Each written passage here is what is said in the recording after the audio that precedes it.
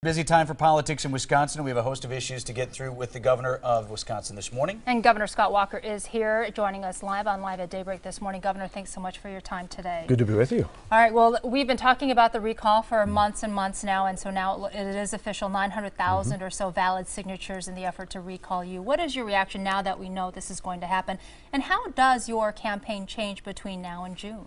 Well, we had talked 6 months ago. I said there'd be an election. I mean, when the out-of-state special interest came in and really drove up things, we knew the money and resources would be there for them to have an election like this. But I really view it as an opportunity. I mean, we can tell there's probably the clearest contrast in the country. Do we go back to the days of double-digit tax increases, billion-dollar budget deficits, and record job loss, or do we build off of the positive foundation we built to move our state forward? I mean, the last 2 months we've had more than 17,000 private sector jobs. Our unemployment rate's down below 7% for the first time since 2008. A lot of good things happening, and I think voters will have a clear choice.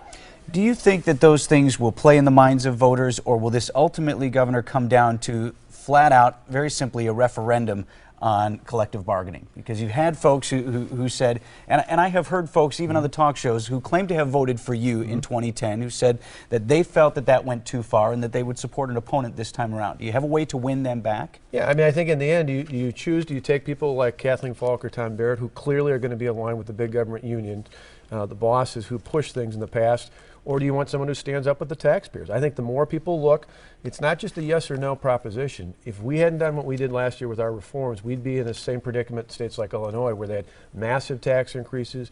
They've shut down major state facilities, which turned into laying off thousands of public employees. They cut things like Medicaid. We chose the opposite path. We didn't raise taxes. In fact, we lowered property taxes for the school levy for the first time in years.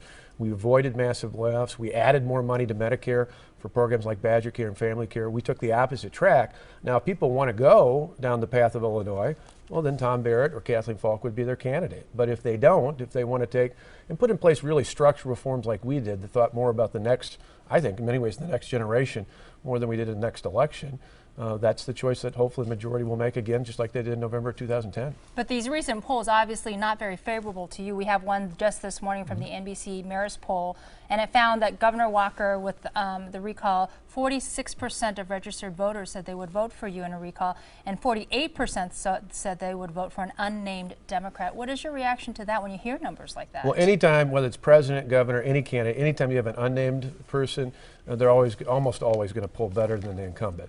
In this case, the most recent polls just this week from Marquette show that we were ahead of both Mayor Barrett and former County Executive Falk. I think the reason is when people look at their record, they look at the failure in terms of higher taxes, lost jobs, much like we see in the state of Illinois right now, they realize that's not the path. But what any of these polls show is that it'll be close.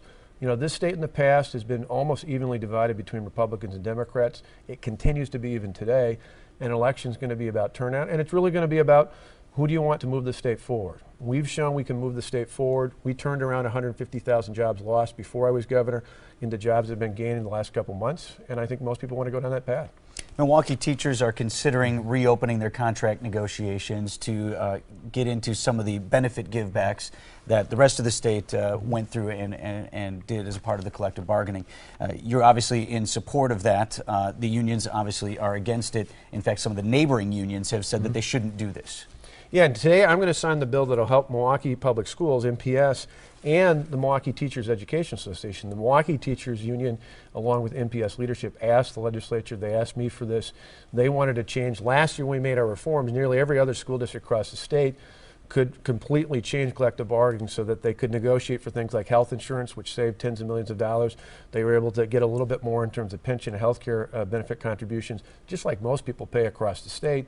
And they were able to take on overtime abuses. But for a handful of districts like Milwaukee, they ultimately have contracts in place, and if they'd open them up under the law, they'd risk the possibility of not having a contract. We gave a window of about 90 days to allow them to make that change. Other districts did that. Milwaukee did not.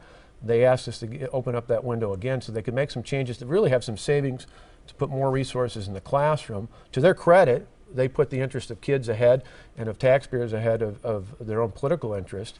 And they got lambasted from 4 other teachers unions around the state. Green Bay, Madison, Kenosha, and Racine all lambasted, saying that if you do this, you're going to give me, meaning me as the governor, a political victory. But the reality is, I think all of us just care more about the kids here in Milwaukee and care about the taxpayers in Milwaukee. And I'm glad that they set aside politics to help us move this forward. One final note, we have a lot of Republican presidential candidates in Wisconsin this week. Have you decided who you will support in that race? No, it's an interesting race. I'm just glad, when they pushed the primary back to April, I think a lot of us were worried that we would no longer be relevant when it came to the primary elections. Now that we're in the thick of it, we're actually very relevant. And so I think that's good for Wisconsin, because we're going to be one of those key states that decides the presidential election in the fall. It's good that we're getting to see the candidates up front and close and hear from them in the next couple days. But why not support someone? Well, in my case, with a recall, I got to stay focused on that. I mean, for us, I owe it to the people of the state to stay focused on what they elected me to do, to help the people of the state create more jobs, and to focus on our message with the coming recall on June 5th. And we'll let those presidential candidates who are more than capable of making their case do it for themselves. All right, Governor, good to have you this morning. Thanks very much. Thank you. And that song should actually be Riding the Storm out from last night. You had a suggestion? Okay. Yeah, it's Facebook Friday. I'll put it on my feel free Facebook. to check in.